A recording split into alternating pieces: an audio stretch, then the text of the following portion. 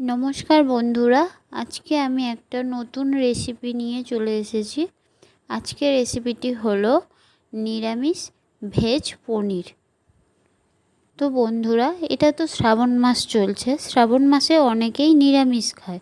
তো এই নিরামিষ দিনগুলির জন্য এই দিনেতে এই নিরামিষ রেসিপিটা বানিয়ে দেখতে পারেন। তো বন্ধুরা, এখানে আমি নিরামিষ সবজি বানানোর জন্য যা যা উপকরণ নিয়েছি, যে সবজিগুলো নিয়েছি তার মধ্যে হলো আলু, বরবটি, গাজর, বেগুন, ফুলকপি,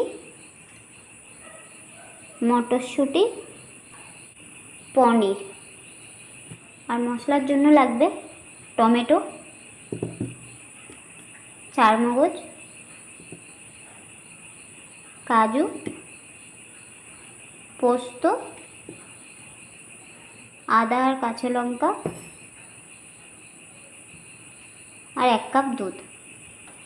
তো প্রথমে আমি যে মশলাগুলো বানিয়ে নেব, প্রথমে নেব পোস্ত, চারমগজ আর কাজু একসঙ্গে পেস্ট করে নেব। পোস্ত, চারমগজ, কাজু,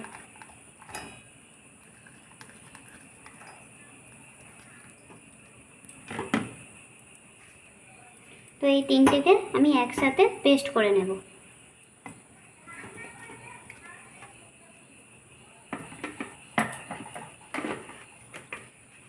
এগুলোকে ভালোভাবে মিহি পেস্ট হওয়ার জন্য প্রথমে আমি শুকনো।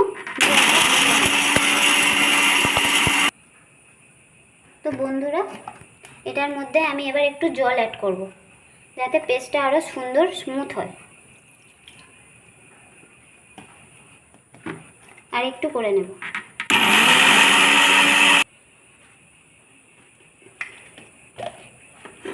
তো আমার এই পেস্টটা হয়ে গেছে, এটা একটা বাটিতে ঢেলে নেব।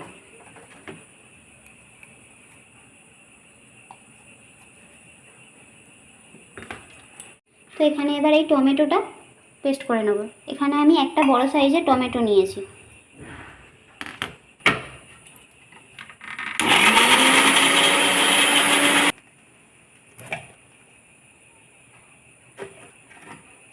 টমেটোর পেস্ট হয়ে গেছে, বাটিতে নামিয়ে নেব।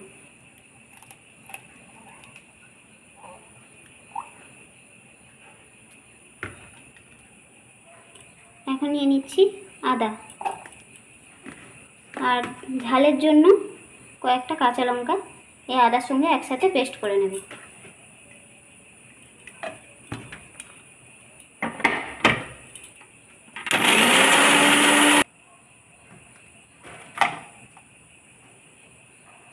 আদা কাঁচা লঙ্কার পেস্টও হয়ে গেছে।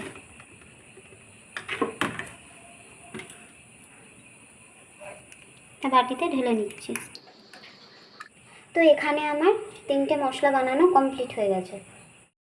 তো বন্ধুরা, এখানে আমি সবজিগুলো ভেজে নেব। তার জন্য আমি কড়াইতে একটু সাদা তেল দিয়ে দিচ্ছি। তো এটা আমার নিরামিষ সবজি। নিরামিষ সবজিতে একটু স্বাদ বাড়াবার জন্য আমি ওই সাদা তেলের মধ্যে 1 চামচ ঘি দিয়ে দিলাম। দিয়ে আলুটা ভেজে নেব। আলুটা আমি হালকা করে ভেজে নেব। তো আলুটাতে কালার আনার জন্য একটু আমি হলুদ, একটু লবণ দিয়ে দিচ্ছি, আর একসাথে নামিয়ে নেব। তো আলুগুলো আমার 50% ভাজা হয়ে গেছে। এবার আমি আলুগুলো একটা প্লেটে তুলে নেব। ওই তেলের মধ্যেই দিয়ে দেব ফুলকপি। ফুলকপিটাও ওই একই রকমভাবে 50% পর্যন্ত ভেজে নেব। তো এটার মধ্যে আমি আবার একটু হলুদ আর একটু লবণ দিয়ে দেব। লবণ,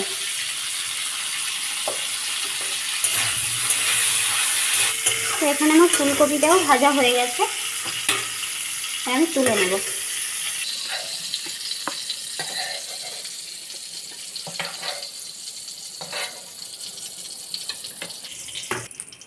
এখানে আমি আরেকটু তেল দিয়ে দিচ্ছি।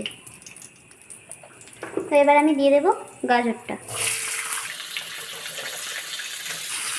ওই একইভাবে গাজরগুলো একটু ভেজে নেব। গাজরটা একটু ভেজে নিয়েছি, এবার এইটার সঙ্গে বটবটিটাও দিয়ে দিচ্ছি। বটবটিটাও একসঙ্গে ভেজে নেব একটু। এবার আমি এটার মধ্যে বেগুনটাও দিয়ে একসাথে ভেজে নেব। দিয়ে দেবো একটু লবণ।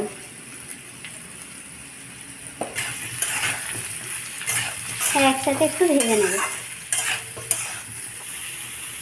এর মধ্যে আমি মটরশুঁটিটাও দিয়ে দিচ্ছি। আবার এগুলো একই সাথে একটু নাড়িয়ে নিচ্ছি। এগুলো ভাজা হয়ে গেছে, এবার এগুলো নামিয়ে নিচ্ছি।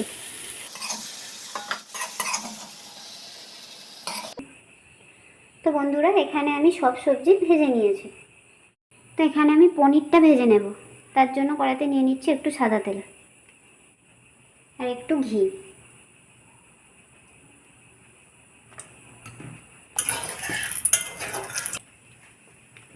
তেল গরম হয়ে গেছে, পনিরটা দিয়ে দিচ্ছি।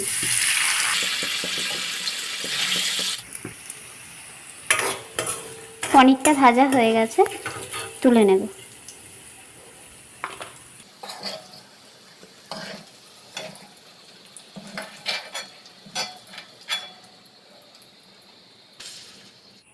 এখানে আমি দুটো শুকনো লঙ্কা ছোট ছোট করে কেটে এর মধ্যে দিয়ে দিলাম।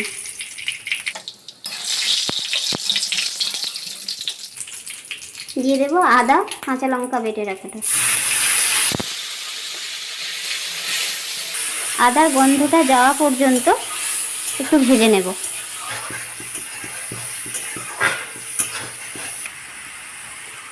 এবার দিয়ে দেব টমেটো বাটা। টমেটোটাও একটু ভেজে নেব। কালার হবার জন্য দিয়ে দিচ্ছি একটু কাশ্মীরি লঙ্কার গুঁড়ো। এই মশলাটার সাথে একসাথে কষিয়ে নেব। এটা আমার কষানো হয়ে গেছে, এবার দিয়ে দেব চারমগজ কাজু পোস্ত বাটাটা।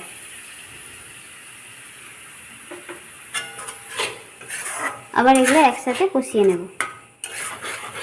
তো এখানে আমি মশলাটা ভালো করে কষিয়ে নিয়েছি। মশলাটার মধ্যে তেলও ছেড়ে দিয়েছে।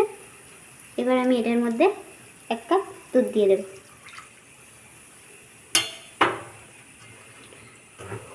আবার এগুলো একসাথে ভালো করে কষিয়ে নেব। মশলাটা থেকে তেল ছেড়ে দিয়েছে, এর মধ্যে দিয়ে দিচ্ছি ভেজে রাখা সবজিটা।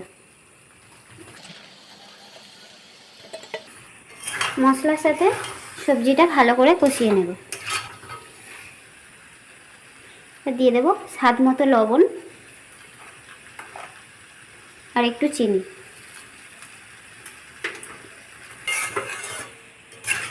সবজিগুলো ভাজার সময় যেহেতু আমি নুন দিয়ে ভেজেছিলাম, তো তাই আমি এখন বেশি নুন ব্যবহার করলাম না। মশলাটার সাথে সবজিগুলো একসাথে ভালো করে আমি মিশিয়ে নেব।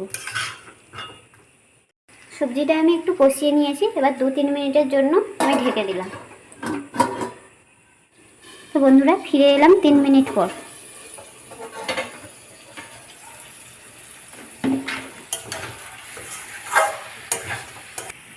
এবার আমি সবজিটা সিদ্ধ হওয়ার জন্য জল দিয়ে দিচ্ছি। তো আমি এটার মধ্যে বেশি জল ব্যবহার করব না, কারণ এটা নিরামিষ সবজি। রুটি পরোটার সাথে খাওয়ার জন্য আমি বেশি ঝোল করব না, হালকা গ্রেভি রাখবো। তাই আমি এতটুকুই জল দিলাম শুধু সবজিটা সিদ্ধ হওয়ার জন্য। 5 মিনিটের জন্য এটা ঢাকা দিয়ে দিলাম। এরপর ঢাকাটা খুলে ভেজে রাখা পনিরটা দিয়ে দিচ্ছি। এবার এগুলো একসাথে মিশিয়ে নেব। তো আবার আমি 5 মিনিটের জন্য ঢাকা দিয়ে দিচ্ছি। ফিরে এলাম 5 মিনিট পর।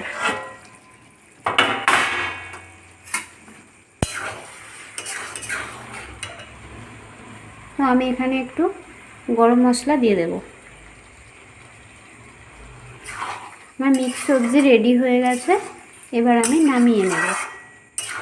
তো বন্ধুরা, আমার এই রেসিপিটি যদি আপনাদের ভালো লেগে থাকে তো আমাকে লাইক, শেয়ার, কমেন্ট করে দেবেন।